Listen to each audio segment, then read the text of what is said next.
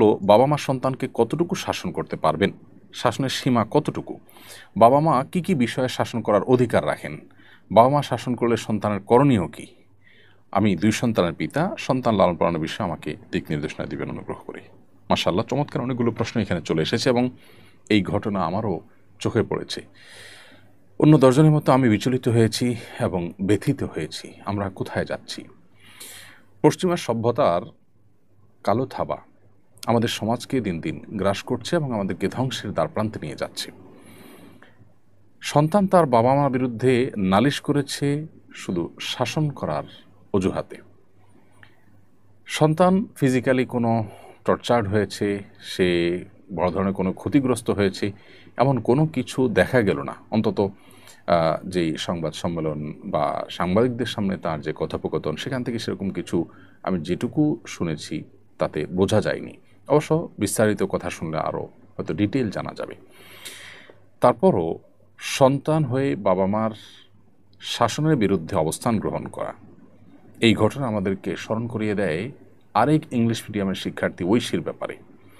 English medium শিক্ষা প্রতিষ্ঠানগুলোতে moral দিকগুলো এটা এতটাই দুর্বল হয় যে বেশিরভাগ, আমি সবগুলো কথা বলছি না, অনেক ইংলিশ মিডিয়াম স্কুল আছে যেগুলোতে মোরাল দিকগুলোকে বেশ গুরুত্বের সাথে তারা পরিপালন করার চেষ্টা করেন।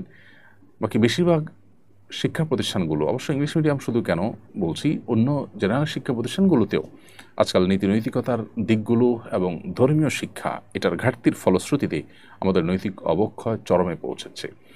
আমরা পশ্চিমাদের অন্ধ অনুসরণ করতে করতে করতে তাদের ধ্বংসের গহ্বরে আমরাও নিমজ্জিত হয়ে যাচ্ছি। তাদের পরিবার ব্যবস্থাপনা ভেঙে পড়েছে। বাবা মা সন্তান সন্ততি কারোর মধ্যে সেরকম বোঝাপড়া, সেরকম বন্ডিং নেই যেটা আমাদের সমাজে আছে।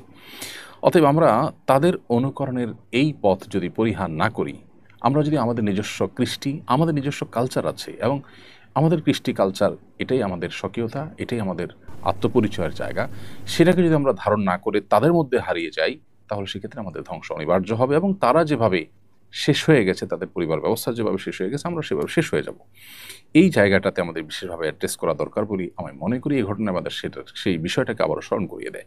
কিন্তু পাশাপাশি এও বলতে চাই, বাবা মা শাসন করার অধিকার রাখেন এর মানে এই নয় যে তারা যে কোনো রকমের শাসনের নামে টর্চার করতে পারবেন বা টর্চার করতে পারবেন, অত্যাচার করতে পারবেন সন্তানকে, এমন কোনো কথা নেই। বরং অপরাধ করলে বা সন্তান ভুল পথে গেছে মনে হলে বাবা মা তাদেরকে নাসিহা করবেন, উপদেশ দিবেন, বোঝাবেন, কাউন্সেলিং করবেন। একটা পর্যায়ে তাদেরকে শাসন করার প্রয়োজন হলে সে শাসন করবার অধিকার রাখেন বাবা মা। শুধু অধিকার নয়, বরং সেটি তাদের উপর কর্তব্য সন্তানকে শাসন করা। অপরাধ ভেদে শাসনের মাত্রা কম বেশি হবে।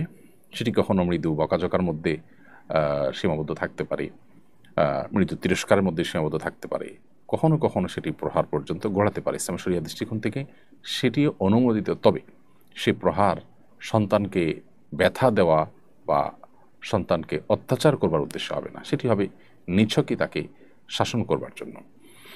এই প্রহারের ক্ষেত্রে শরিয়ার আবার বেশ কিছু নীতিমালা আছে। এর মধ্যে থেকে একটা হলো, শাসন হতে হবে, যে কোনো প্রহার হোক, যে কোনো শাসন হোক, সেটা হতে হবে সন্তানের কল্যাণের উদ্দেশ্যে।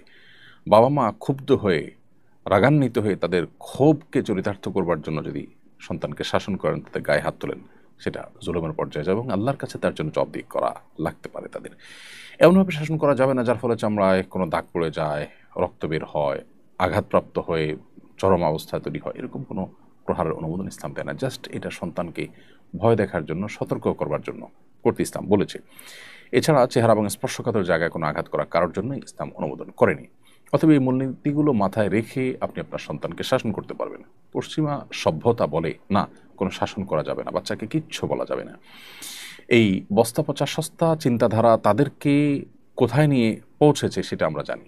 হ্যাঁ, তারা জাগতিক অনেক ক্ষেত্রে যথেষ্ট অগ্রসর হয়েছে, কিন্তু তাদের পরিবার ব্যবস্থাপনা আজ মুখ থুবড়ে পড়ে গেছে। এটি আমাদের অস্বীকার করবার কোনো সুযোগ নেই। পক্ষান্তরে আমরা আমাদের গ্রাম বাংলায় আজ থেকে 1-2-3 দশক আগেও যে চিত্র দেখেছি, বা এখনও অনেক জায়গায় যে সমস্ত চিত্র আছে, বাবা মার চোখ রাঙানিতে সন্তান শাসিত হয়, সেই শাসনে সন্তান সুপথে ফিরে আসে। বাবা মার যে শাসন করতে গিয়ে গায়ে হাত তোলা, সন্তান সুলভ যে প্রহার, সে প্রহার অনেক সন্তান সারা জীবন স্মরণ করেন এবং সেই প্রহারই সন্তানকে মানুষ মতো মানুষ হতে সাহায্য করে। পশ্চিমাদের মতো স্বেচ্ছাচারী মনোভাবের সমাজ যদি আমরা বিনির্মাণ করি, তাহলে সেক্ষেত্রে বাবা মা কেন কেউই সন্তানদেরকে যা খুশি তা করতে বাধা দিবে না, এবং সেটা ফলশ্রুতিতে তারা বৈষয়িক উন্নতি হয়তো করতে পারে, কিন্তু তাদের চারিত্রিক অধঃপতন নিশ্চিত। অতএব এই জায়গাটাতে আমাদের খুব ভালো করে রপ্ত করা দরকার যে ইসলাম আমাদেরকে যে নীতিমালা দিয়েছে, এটা আল্লাহ এবং তার রাসূলের পক্ষ থেকে দেওয়া নীতিমালা। এটা মানুষের বানানো বিবেক প্রসূত করে নীতিমালা নয়। অতএব এই ইসলামী শরিয়ার মধ্যেই আমাদের কল্যাণ রয়েছে, নিহিত আছে। আজও অনেক বড় বড় পদে অধিষ্ঠিত সরকারি বেসরকারি বিভিন্ন পর্যায়ের কর্মকর্তা ব্যবসায়ীরা আছেন যারা ছোটবেলায় অনেক শাসনের মুখোমুখি হয়েছেন বাবা মার, তাদের কেউ কিন্তু তার জন্য কোনো দুঃখবোধের কথা তারা বলবেন না। অতএব আমরা যদি ঐশীর মতো সন্তান না চাই, আমরা যদি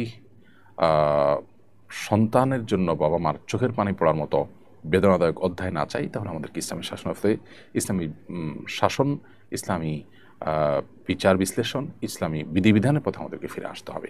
আমাদের সন্তানদেরকে ধর্মীয় এবং নৈতিক মূল্যবোধ তাদের মধ্যে জাগ্রত করবার চেষ্টা করতে হবে। সন্তানকে যদি সুশিক্ষা দেওয়া হয়, দিনই শিক্ষা, ধর্মীয় শিক্ষা দেওয়া হয়, সেই সন্তান বাবা মার বিরুদ্ধে এভাবে অভিযোগ করতে যাবে না, যাওয়ার কথা নয়।